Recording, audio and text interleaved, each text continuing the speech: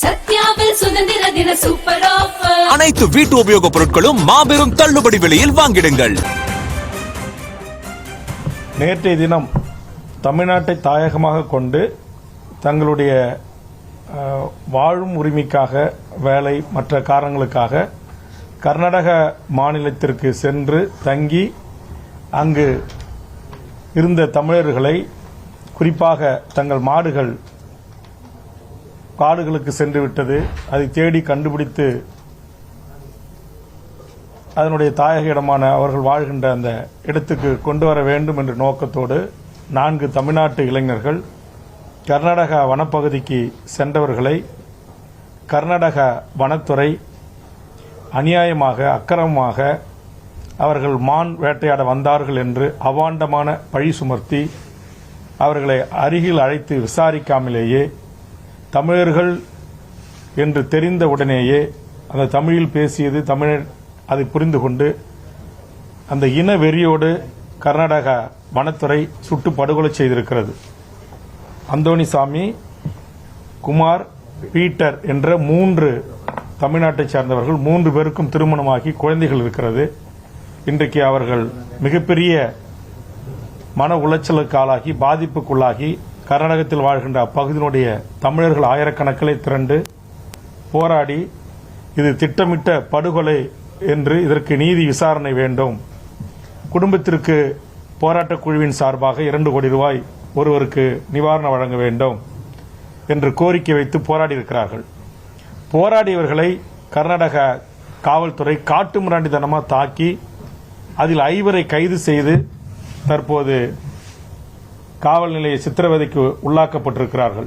இதை மிக வன்மையாக இந்த அனைத்து கட்சிகளின் கூட்டமைப்பின் சார்பாக நாங்கள் கண்டிக்கிறோம்.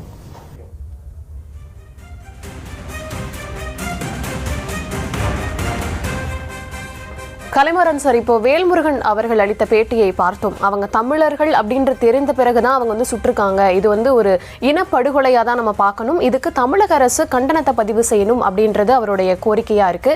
இது பற்றி நீங்க சொல்லுங்க. ஆமா, நம்ம வேல்முருகன் அவர் பேசும்போதே சொன்னாரு, இந்த விவகாரத்தில் இன்னும் சில தகவல்களை கூடுதலா அவர் சொன்னார். அதாவது வனத்துறை வனத்திற்குள் வந்த தமிழர்களை அந்த 3 பேரையும் வழிமறிக்கிறது, அவங்க கிட்ட விசாரிக்கிறது. இவங்க தமிழர்கள், இவர்களுக்கும் அவங்க கன்னடர்களுக்கும் இடையிலான அந்த மொழி பிரச்சனை இருக்குது.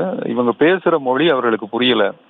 பேசுற மொழி புரியல அப்படிங்கிறதுக்காக ஒருவரை சுட்டுக் கொள்வதுங்கிறத எப்படி ஏற்றுக்கொள்ள முடியும்? அதுவும் ஒரு நாட்டுல பல்வேறுபட்ட மொழி பேசுகின்ற மக்கள் வாழுகிற நாட்டுல நீ பேசுற மொழி எனக்கு புரியல அப்படிங்கிறதுக்காக கையில் ஆயுதம் இருக்கிறது அப்படிங்கிறதுக்காகவே வனத்துறை சுட்டுக் கொள்வது அப்படிங்கறத எப்படி ஏற்றுக்கொள்ள முடியும் அப்படிங்கறத வேல்முருகன் கூட்டா இருக்கிறது. இப்ப தமிழ்நாட்டிலும் பல்வேறு மொழி பேசுகின்றவர்கள் இருக்கிறாங்க. இன்னைக்கு இந்தியாவில் இருக்கக்கூடிய எல்லா மொழி பேசுகின்றவர்களும் தமிழ்நாட்டில் இருக்கிறாங்க. அந்த அளவிற்கு தமிழ்நாடு வளமா இருக்கு. தமிழ்நாட்டை தேடி வருகிறார்கள், இங்கேயே வாழணும்னு நினைக்கிறாங்க. இப்ப தமிழ்நாட்டில் இருக்கக்கூடிய வேற்று மொழி பேசுகின்ற ஒருத்தர், அவர் பேசுகிற மொழி புரியல அப்படிங்கிறதுக்காக தமிழ்நாட்டில் இருக்கக்கூடிய காவல்துறையோ இல்ல வனத்துறையோ இல்ல இங்க இருக்கக்கூடிய ஆயுதம் தரித்த அதிகாரிகளோ ஒரு கடுமையான நடவடிக்கை எடுத்தால் அதை எப்படி ஏற்றுக்க முடியும்? அதே நிலைதான் இப்ப அங்கேயும் நடந்திருக்குது. இதுக்கு வேல்முருகன் மட்டும் இல்ல, மார்க்சிஸ்ட் கம்யூனிஸ்ட் கட்சியின் மாநில செயலாளரான சண்முகமும் கண்டனம் தெரிவித்திருக்கிறாரு. தமிழர்கள் மீதான ஒரு கடுமையான நடவடிக்கை எடுக்கப்பட்டிருக்கிறது. 3 தமிழர்களின் உயிர் பறிக்கப்பட்டிருக்கிறது. இந்த அநியாயத்திற்கு தமிழக அரசு தான் முதல்ல குரல் கொடுக்கணும். கன்னட அரசுக்கு தமிழக அரசு கடுமையான கண்டனத்தை வெளிப்படுத்தணும் அப்படின்னு சொல்லி அரசியல் கட்சி தலைவர்கள் சொல்லியிருக்காங்க. சண்முகமும் அது வலியுறுத்தி இருக்கிறார். மார்க்சிஸ்ட் கம்யூனிஸ்ட் கட்சியின் மாநில செயலாளரான சண்முகம் இதை வலியுறுத்தி இருக்கிறார். அதாவது தமிழர்கள் மீதான அநியாயமான ஒரு தாக்குதல் நடந்திருக்கிறது. அதுவும் அப்பாவி தமிழர்கள், குரலற்றவர்கள், விளிம்பு நிலையில் வாழக்கூடிய மனிதர்கள், அவங்க எளிய வாழ்க்கையில் இருக்கக்கூடியவர்கள். இந்த எளியவர்களுக்கு எதிராக குரல் கொடுப்பதற்கு அரசு முன்வரணும். அரசு தன்னுடைய அதிகாரத்தை முழுமையாக பயன்படுத்தணும். கர்நாடக அரசுக்கு எதிராக கடுமையான கண்டனத்தை தெரிவிக்கணும். அதே நேரத்தில் தமிழர்கள் மீதான இப்படிப்பட்ட ஒரு கொலைவெறி தாக்குதல் நடத்தியவர்கள் மீது கடும் நடவடிக்கை எடுப்பதற்கு தமிழக அரசு முழு முயற்சி எடுக்கணும் அப்படிங்கிறது அரசியல் கட்சி தலைவர்களின் வலியுறுத்தலாக இருக்கிறதுனா, தமிழர்கள் எங்கு வாழ்ந்தாலும் அவர்களுக்கான பொறுப்பாக தமிழக அரசு தான் இருக்க முடியும். தமிழக அரசுங்கிறது தமிழ்நாட்டில் வாழக்கூடிய தமிழர்களுக்கானது மட்டுமாக இருக்காமல் உலகெங்கும் வாழக்கூடிய தமிழர்களுக்கு குரல் கொடுக்கிற ஒரு அமைப்பாக, அவர்களுக்காக முதலாக களத்தில் இறங்கக்கூடிய ஒரு அமைப்பாகத்தான் தமிழ்நாடு அரசு இருக்க வேண்டும். இப்போ பல காலமாக தமிழ்நாடு அரசு அப்படிங்கிறது அப்படிதான் இருந்து வந்திருக்கிறது. எங்க தமிழர்களுக்கு என்ன நேர்ந்தாலும் அதற்கு தமிழக அரசின் முதலமைச்சர்கள் முதல் குரல் எழுப்பி இருக்கிறார்கள். அந்த நிலையில இப்போது தமிழக முதலமைச்சரும் தமிழக அரசும் முதல் குரல் எழுப்பணும் அப்படிங்கிற மாதிரியான அந்த வலியுறுத்தலை பல்வேறு அரசியல் கட்சி தலைவர்கள் முன்வச்சிட்டு வர்றாங்க. இப்ப பாமக தலைவர் அன்புமணியும் இது குறித்து தன்னுடைய வலியுறுத்தலை முன்வைத்திருக்கிறாரு.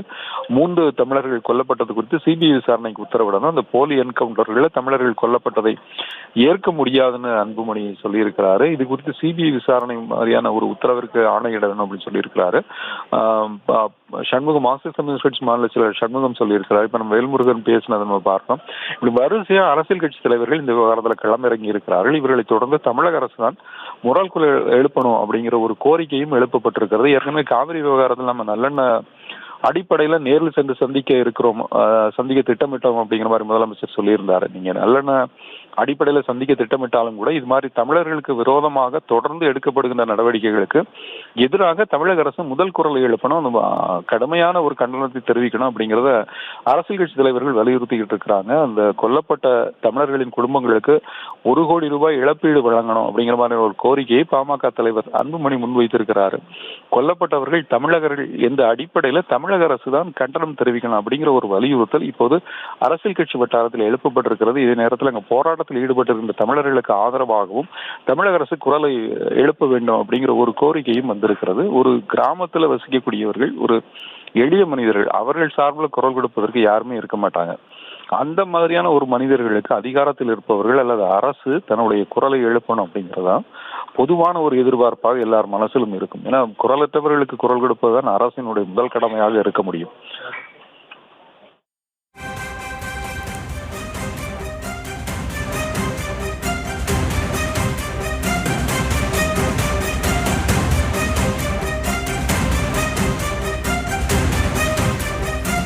சத்யாவில் சுதந்திர தின சூப்பர் ஆஃபர். அனைத்து வீட்டு உபயோகப் பொருட்களும் மாபெரும் தள்ளுபடி விலையில் வாங்கிடுங்கள்.